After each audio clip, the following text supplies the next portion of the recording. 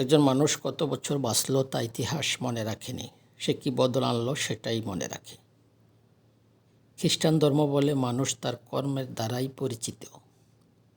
ইহুদি তোরা বলে একটি প্রাণ বাঁচানো মানে পুরো মানব জাতিকে বাঁচানো। আর ইসলাম বলে তোমাদের মধ্যে সেই উত্তম যে মানুষ মানুষের উপকারে আসে। তাহলে প্রশ্ন জাগে, আমি কি কারো বোঝা কমাতে পেরেছি?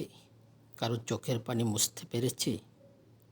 যদি না পারি তাহলে 50 বছর নয়, 50,000 বছর অর্থহীন হয়ে যায়। তাই তো নেপোলিয়ন বলেছিল, একজন মানুষ কতদিন বাঁচল তা ইতিহাস মনে রাখে না, সে কী বদল আনলো সেটাই মনে রাখে।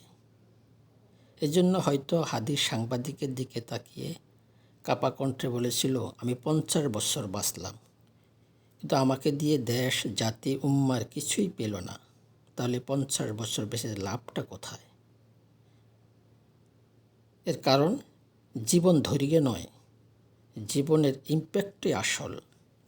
আর যে জীবন অন্যের জন্য কিছু রেখে যায় না, সে জীবন শুধু শ্বাস নেয়, সে কখনো সত্যিকার অর্থে বাঁচে না।